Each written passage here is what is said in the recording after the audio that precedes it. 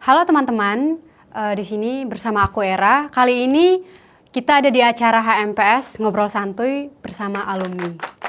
Nah, tamu kita kali ini sangat spesial. Kenapa spesial? Karena aku akan bagiin ke kalian beberapa fakta menarik dari tamu kita kali ini. Fakta yang pertama, tamu kita kali ini cewek. Gak cuma cewek aja, tapi juga cantik. Lalu berprestasi. Yang kedua, waktu masih berkuliah di Sasing, tamu kita ini sangat aktif di organisasi dan juga kepanitiaan. Dan uniknya hampir semua kepanitiaan yang pernah diikuti tamu kita itu ada kaitannya sama musik. Karena tamu kita ini sangat piawai dalam bermain musik, terutama keyboard. Ada beberapa organisasi kepanitiaan besar yang pernah diikuti. Yang pertama ada Season tahun 2018. Yang kedua Play Performance ada di tahun 2017, Sound of Music, dan juga Mamma Mia di tahun 2018. Fakta ketiga, ini fakta yang paling menarik karena tamu kita ini berhasil lulus dalam kurun waktu hanya 3,5 tahun. Dan juga bukan cuma itu, tamu kita lulus dengan predikat lulusan terbaik. Nah, aku yakin mulai angkatan 16 sampai 19 pasti familiar ini tamunya kira-kira siapa. Kita sambut aja bersama kita Mbak Deborah. Halo Mbak. Hai. Gimana kabarnya di masa ini, Di masa pandemi yang sangat masih hidup. Oke, masih hidup ya. Sip, bersama kita. Gimana kabarnya? Ngapain aja belakangan ini? Belakangan ini aku ngajar sebagai guru SD, mata pelajaran sejarah dunia. Weh, menarik ya masih.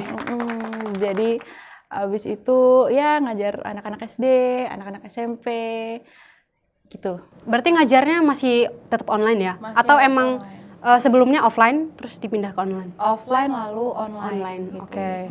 Mbak Deb, tadi kan aku udah sharing kalau Mbak Deborah ini punya prestasi yang membanggakan karena lulus dalam kurun waktu cuma 3,5 tahun nih. Nah, untuk pembahasan utama ini, aku pengen nanyain Mbak Deborah, kira-kira kiat-kiat lulus dalam 3,5 tahun aja itu apa aja sih? Kira-kira persiapannya apa, ngapain gitu? Persiapan. Aku mendadak terbebani ya. Oh jangan dong. Udah lulus, udah santuy. Oh ya, jadi apa ya?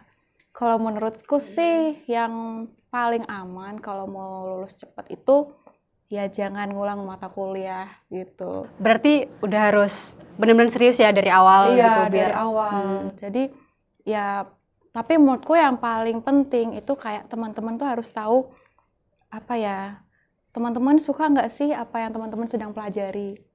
Karena aku suka banget belajar hal-hal baru, explore pemikiran-pemikiran yang aku nggak pernah pikirkan sebelumnya, yang out of the box, ya kan. Jadi aku punya passion untuk literatur gitu, dan aku juga terinspirasi sama dosen-dosen. Jadi setiap kali kalau aku kerja sesuatu, kayak aku mikir bukan karena aku kejar target, tapi kayak ya aku suka ya, menikmati itu. Iya. Okay. Jadi ya diusahakanlah kalau punya ikutin mata kuliah, nggak usah ngulang karena itu kan juga berpengaruh nanti untuk kelulusan gitu. Biar pengerjaannya tuh nggak terburu-buru atau gimana-gimana, itu kira-kira kalau ngerjain skripsi udah dipikirin dari semester berapa sih? Skripsi itu mulai pas mata kuliah Introduction to Research. Itu semester berapa tuh? 5 ya. Ya, semester 5. Jadi di situ Introduction to Research aku tadinya mau ngambil topik untuk meneliti bukunya Anne Frank yang Diary of a Young Girl, tapi bingung. Terus aku tertarik loh, kayaknya filmnya The Incredibles 2 itu keren banget pada saat itu ya, karena lagi booming. Iya, lagi booming, dan juga karakter utamanya wanita dan ibu-ibu, tapi dia justru jadi main karakternya. Dan di situ ada unsur kayak gender role switching gitu loh. Jadi malah yang laki-laki jadi house husband, Oh, jadi Suaminya yang kerja di rumah, tapi ibu ini malah jadi apa namanya? Jadi ininya tulang punggung menafkahi gitu. keluarga, Oh, jadi kayak oke. gitu. Nah, jadi pas introduction to research, aku kepikiran, oh iya, kenapa nggak ngambil apa namanya? Film ini aja gitu. Jadi aku pakai topik yang sama dari semester 5 sampai 7 gitu. Oke. Jadi semester 5 udah nyari judul, udah dapet judul, udah apa ya? Kayak ya mencari-mencari informasi lah untuk bisa ngerjain judulnya dulu. Iya, jadi apa ya? Drafting untuk skripsi itu ya sejak semester 5. Jadi misalnya kalau pas semester 6 masuk lit RM ya. Lit RM, literature, research, methodology nggak sih? Ya. Nah, itu aku tetap pakai topik yang sama dan aku saranin teman-teman juga pakai topik yang sama. Jadi karena kan proses menulis itu step pertama yang kita lakukan harus membaca. Kemudian kita menulis, lalu edit, lalu kita baca, tulis, edit, never ending. Nah, kayak itu. Jadi yang penting kita setia aja sama yang kita lagi tulis.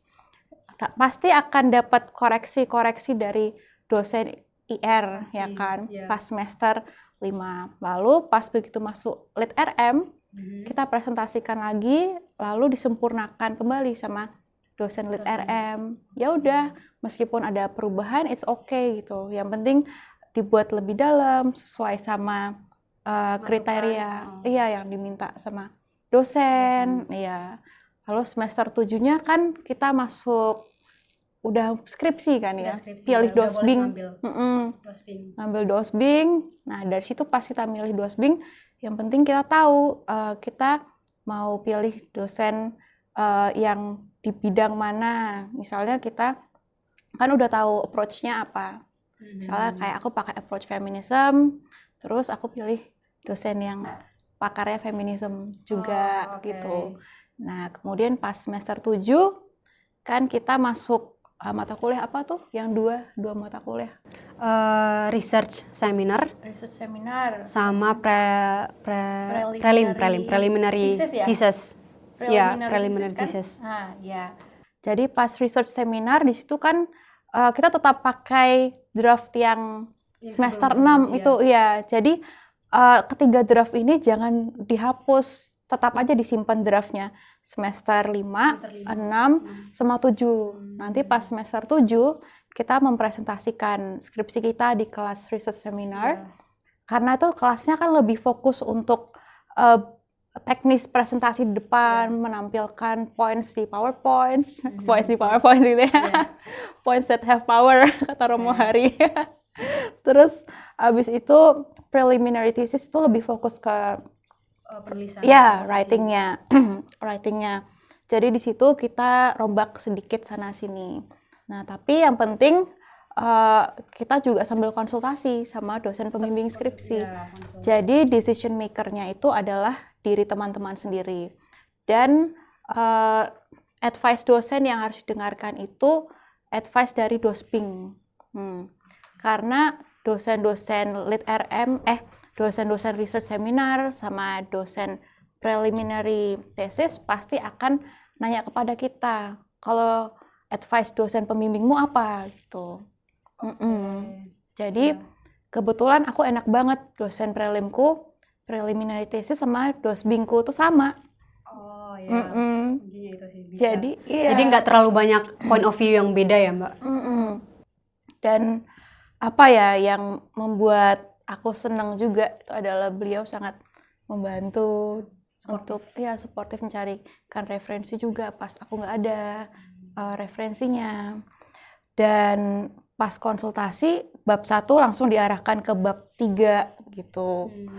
Lalu ya udah dikerjain aja bab 3, terus pasti beliau nanti kasih arahan ke bab 4 gitu, langsung dikerjain aja. Yang penting ya setialah sama serius. Mau diseriusin, Cie.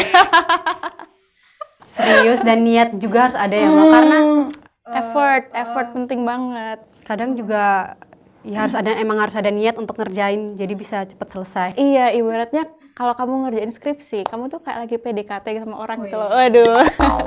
Berat. Harus ada niat kan, effort, terus kesetiaan sih. Ya, konsisten lah ya. Dan mau mendengar saran orang lain. Iya. Ya benar banget sih. Kan kalau kita misalnya lagi suka sama orang kan kita pasti stalking orang ini kan. Kita kayak dibuka Instagramnya lah, Facebooknya, semuanya dibuka, dicari. Nah sama kayak gitu, kayak skripsi. Kita mesti kepo sama topik yang kita sedang kerjakan gitu. Supaya kita tahu banyak. Dan yang penting kita tuh suka dan menikmati apa yang kita sedang tulis. Iya, begitu sih. Ya Kak, berarti kalau aku boleh narik kesimpulan ya, kunci bisa selesai dalam ngerjain skripsi itu yang pertama adalah konsisten. Kamu harus konsisten sama dari apa yang kamu ambil lah. Misalkan contohnya Mbak Dep udah konsisten dari semester 5. Jadi Mbak Dep udah nyiapin judul, udah nyari-nyari banyak informasi lah, referensi untuk mulai ngerjain draftnya yang untuk bab 1. Terus setelah itu masuk semester 6, Mbak Dep udah lanjut lagi tetap sama judul yang kemarin, judul yang bab sebelumnya. Jadi tetap udah masuk lebih dalam lagi ke bab 2 ya. Ke bab 2 udah mulai research banyak lagi. Lalu yang ketiga terakhirnya di semester 7. Jadi Mbak Deborah bener-bener udah itu diseriusin banget ya yang ke-7 itu. Karena itu udah mau masuk pembahasan lah, udah bener-bener tinggal udah ada dosping, jadi proses untuk ngerjainnya tuh jadi lebih ringan, lebih ringan juga dan intens karena emang semester 7 fokusnya udah itu aja ya, udah cuman jadi kepanitiaan udah off semua. udah off semua, terus itu bener-bener udah difokusin untuk nulis skripsi doang. Dan jangan hapus draft semester 5, 6, 7 karena bakal berguna di semester 7. Untuk mengakhiri sesi ngobrol santuy kita bersama Mbak Deborah tadi, nah aku dan teman-teman mungkin butuh wejangan nih dari Mbak Deborah untuk ya apa aja gitu, untuk menyelesaikan kuliah gitu aja, untuk semangat. Silakan Mbak Deborah. Kata semangat tuh aku jadi ingat sama api ya. Api. The fire. Iya, itu dia ignite the fire. Itu yang pertama, kayak find your passion in what you are doing, cie. Terus dan kedua, know this is the right place where you belong. Nah, karena mungkin teman-teman ngerasa, aduh aku salah jurusan ya. Tapi menurutku enggak sih. Karena pasti when you find your passion atau pas teman-teman dedicated dan setia dalam melakukan sesuatu, pasti kalian menemukan purpose kalian in whatever yang teman-teman lagi kerjakan sekarang. Dan pasti selalu ada jalan ya? Iya. Selalu ada jalan. Pasti, itu aja. Teman-teman, sekian untuk sesi HMPS Ngobrol Bersama Alumni. Jangan lupa ya untuk tetap like, komen, dan juga subscribe supaya teman-teman tetap bisa mantengin konten-konten terbaru dari Sasing. Terima kasih.